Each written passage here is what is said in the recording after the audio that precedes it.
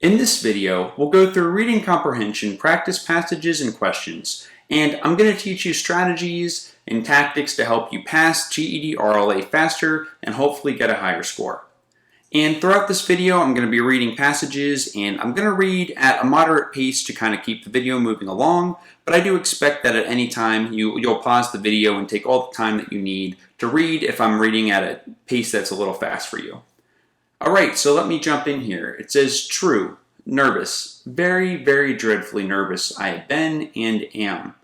But why will you say that I am mad?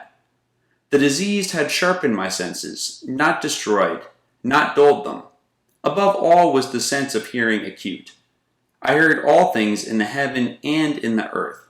I heard many things in hell. How then am I mad? Hearken, and observe how healthfully, how calmly I can tell you the whole story. Okay, your first question. The word mad above most likely means which of the following? Is it A, B, C, or D? So I'd like you to pause the video, take your time, try to answer this, and then we'll go over it. Okay, so the best answer here is B, insane. And we can tell this because of words like nervous, and it just says here in the highlighted text I heard all things in the heaven, in the earth, and things in hell. So I highlighted that because that's not something that a person would normally experience, is hearing different things like that. So that could also be a clue as to what the word mad is telling us here.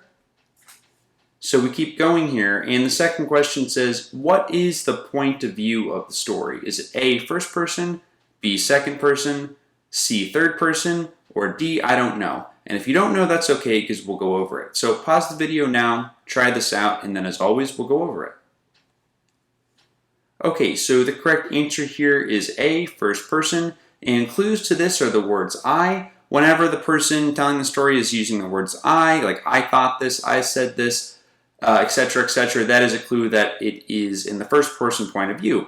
So whenever we have a narrator, which a narrator is the word for the person telling the story, whenever it's told in the first person point of view, we don't always know if we can trust the narrator or not. And sometimes we have what's called an unreliable narrator. And if the person who's telling the story is mad or is not all there mentally, okay, the person then might not be telling us the truth. We can't really trust what they're saying if the person's not a reliable narrator. So whenever you have first person, just note that the narrator might be reliable, but sometimes they're not reliable. So the passage goes on to say, it is impossible to say how first the idea entered my brain, but once conceived, it haunted me day and night. Object there was none. Passion there was none. I loved the old man. He had never wronged me. He had never given me insult. For his gold I had no desire. So the next question, what prediction or predictions can you make based on the text above? So based off of what you just heard in the first paragraph and in this paragraph, I'd like you to pause the video and just brainstorm. You can do it in your head or you can write it down. Just think, what do you think is going to happen? What do you think he's talking about here? What's a prediction? There's no right or wrong answers. I'd just like you to try to come up with at least one thing. More is always better too, but I'd like you to pause the video and try this now. Okay, so based off of some things like he's talking about, I love the old man here. He's saying, I had no passion for, harming him. I didn't care for his gold. It will be revealed later in the story that my prediction here that I would put, it will be revealed later in the story that something bad happened to the old man and that the narrator was behind it. So that's just something, and, I'm cheating here a little because I already know how the story ends because I read it before I made this video, obviously. And so I'm cheating a little bit here, but this would be one example of a prediction, right? The clues here kind of hint that, at least I think that something's going to happen to the old man, that the narrator either did it himself or he knows something about it. And so whatever you came up with was fine as long as you were thinking here, and we'll keep moving. It says, I think it was his eye. Yes, it was this. One of his eyes resembled that of a vulture, a pale blue eye with a film over it. Whenever it fell upon me, my blood ran cold, and so by degrees, very gradually, I made up my mind to take the life of the old man, and thus rid myself of the eye forever. Okay, the next question. What reason does the narrator give for murdering the old man? Please put your answer in your own words. So it's now revealed what is going to happen to the old man, and I'd like you to look here at this paragraph, and I'd like you to try to put in your own words what reason the narrator has for murdering the old man. So I'd like you to pause the video, try to do this now, and then we'll go over it. Okay, so basically, all we know here at this point is that something like this: the old man had something abnormal about his eye, which bothered the narrator so much that he killed him. So as long as you made the connection between something with the guy's eye that the narrator thinks is abnormal, and that the eye is causing the narrator so much distress that he wants to kill him over it. Okay, as long as you came up with something like that, then you were on the right track. It goes on to say, now this is the point. You fancy me mad. Madmen know nothing. But you should have seen me. You should have seen how wisely I proceeded, with what caution, with what foresight, with what dissimulation I went to work. I was never kinder to the old man than during the whole week before I killed him. Okay, your next question here. The word dissimulation, which is a hard word to even say, above most likely means which of the following? A, B, C, or D? So you know the drill by now. I'd like you to pause the video, try to figure this out, and then as always, we'll go over it. Okay, so the correct answer here is B, concealment of thoughts and feelings. And the way that you would get this is hopefully just critical thinking skills, reasoning your way through this. He's talking about taking caution, talking about foresight, meaning kind of thinking ahead, looking ahead before something happens. And in order for that to happen, you would probably want to, because he also says, remember how wisely he proceeded.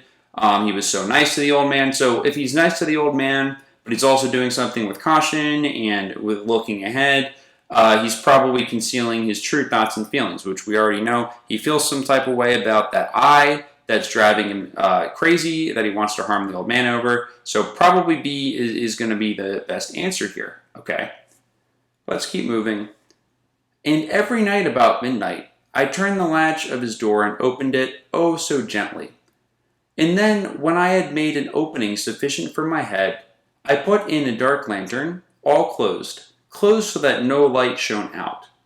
And then I thrust in my head. Oh, you would have blank to see how cunningly I thrust it in. I moved it slowly, very, very slowly, so that I might not disturb the old man's sleep.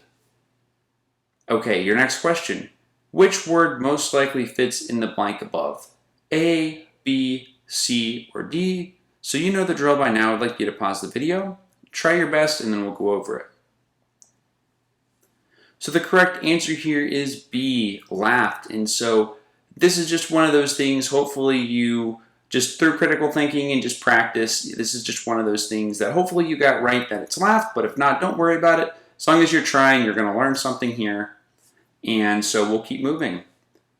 It took me an hour to place my whole head within the opening, so far that I could see him, as he lay upon his bed. Ha! Would a madman have been so wise as this? And then, when my head was well in the room, I undid the lantern cautiously. Oh, so cautiously. Cautiously, for the hinges creaked. I undid it just so much that a single thin ray fell upon the vulture eye. Okay, your next question. Why do you think he's being so cautious with the lantern?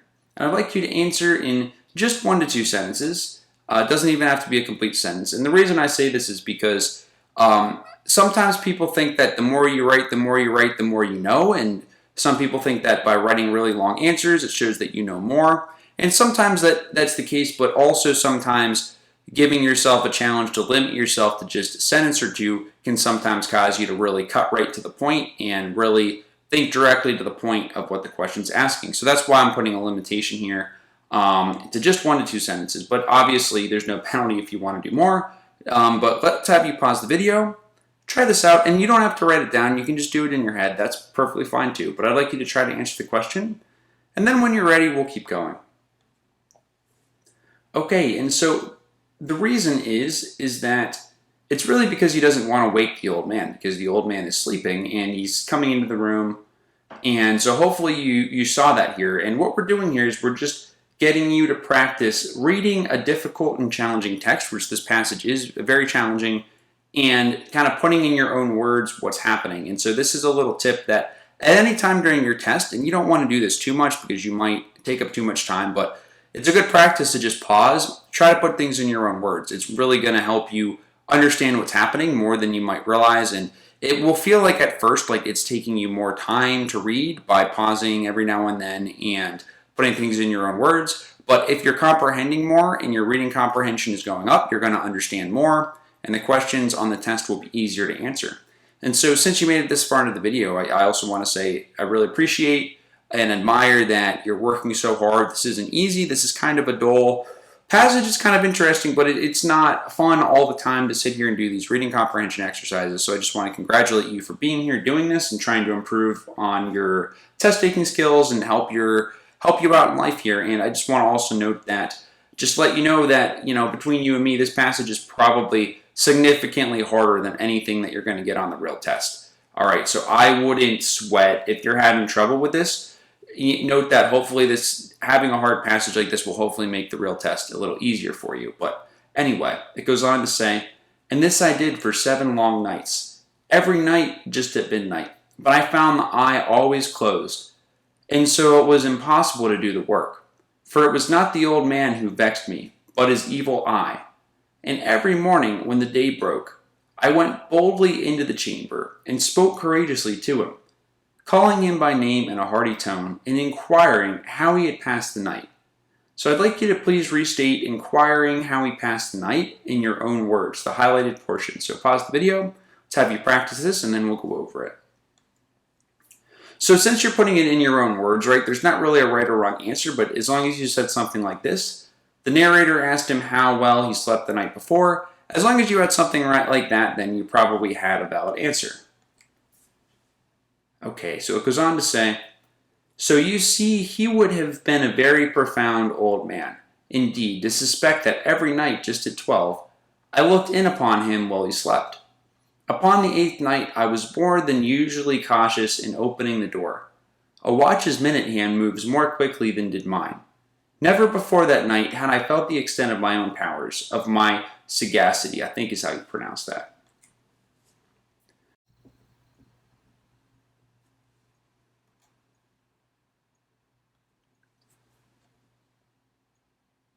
Question 9. The sentence, a watch's minute hand moves more quickly than did mine, is an example of which type of figurative language? Metaphor, simile, personification. And if you don't know, that's okay. I'd just like you to pause the video, try this one out, and then we'll go over it. So the correct answer here is a metaphor, and you should know it's a metaphor. If you know what a metaphor is, it's basically a comparison between two unlike things, and you don't use the words like or as. So if we saw the words like or as, it would be a simile. Here he's just saying a watch's hand moves more quickly than did mine. So he's comparing his hands to a watch's hand. Two unlike things, he's comparing them. He's not using like or as, so therefore we would say it's a metaphor. And personification means giving personal or human characteristics to something that's not human. So I can see why you might think that here, because it's talking about a watch's hand moving around. But I would consider this more just describing a literal watch's hand moving than giving that watch's hand personal human characteristics. So I would say A is the right answer here, and we'll keep moving. I could scarcely contain my feelings of blank, to think that there I was, opening the door, little by little, and he not even to dream of my secret deeds or thoughts. I fairly chuckled at the idea, and perhaps he heard me, for he moved on the bed suddenly as if startled. Now you may think that I drew back, but no. Okay, the next question. Which word most likely fits in the blank above? Is it A, B, C, or D? Pause the video, try to figure this out, and then we'll go over it. So the correct answer here is B, triumph. So hopefully you got that, but if not, good try. So it goes on to say, his room was as black as pitch with the thick darkness, for the shutters were close fastened through fear of robbers. And so I knew that he could not see the opening of the door, and I kept pushing it on steadily. Kept pushing it on steadily. I had my head in, and was about to open the lantern, when my thumb slipped upon the tin fastening, and the old man sprang up in the bed, crying out, "Who's there?" Okay, question 11. Please summarize what's happening at this part of the story in your own words. So I'd like you to pause the video, try to figure this out, and then we'll go over it. Okay, so basically here's my simple summary here, and yours probably sounds different, but basically it's the narrator has been watching the old man for several nights. Now this night his thumb slipped and it made a noise and it woke the old man up. So as long as you had anything like that, you probably had a good summary. Okay, it goes on to say, I kept quite still and said nothing. For a whole hour I did not move a muscle, and in the meantime I did not hear him lie down. He was still sitting up in the bed listening, just as I have done, night after night, hearkening to the death watches in the wall. Okay, question 12. Did the narrator leave the room after waking the old man up? Pause the video, maybe reread if you need to, try to answer this, and then we'll go over it. Okay, so the answer here is no. He appears to have waited without moving, and if you look at the highlighted text, hopefully this will be clear. It goes on to say, presently I heard a slight groan, and I knew it was the groan of mortal terror. It was not a groan of pain or of grief. Oh no, it was the low, stifled sound that arises from the bottom of the soul, when overcharged with awe. I knew the sound well. Many a night, just at midnight, when all the world slept, it has welled up from my own bosom, deepening, with its dreadful echo, the blank that distracted me. So your next question here, which word most likely fits in the blank? So pause the video, really think about this one here, and then we'll go over it. The correct answer here is A, terrors. So hopefully you got that right, but if not, good try. Okay, it goes on to say I knew it well. I knew what the old man felt and pitied him, although I chuckled at heart. I knew that he had been lying awake ever since the first slight noise, when he had turned in the bed. His fears had been ever since growing upon him. He had been trying to fancy them blank, but he could not. He had been saying to himself, it is nothing but the wind in the chimney. It is only a mouse crossing the floor, or it is merely a cricket, which has made a single chirp. So your next question here, which of the following words most likely fits in the blank above? Is it A, B, C, or D? I'd like you to pause the video, try to figure this out, and then as always, we'll go over it. Okay, the correct answer here is C, causeless. It goes on to say, yes, he had been trying to comfort himself with these suppositions, but he had found all in vain, because death, in approaching him, had stalked with his black shadow before him, and enveloped the victim, and it was the mournful influence of the unperceived shadow that caused him to feel, although he neither saw nor heard, to feel the presence of my own head within the room. Okay, the next question. The word enveloped above most likely means which of the following? Is it A, B, C, or D? Pause the video, try this out, and then we'll go over it. So the correct answer here is C, to cover or surround completely, and to get this right, you just kind of had to follow along and think critically based on what's going on here. So I hope that this exercise helped you out here. Thank you for completing it, and I wish you the best of luck on your test prep.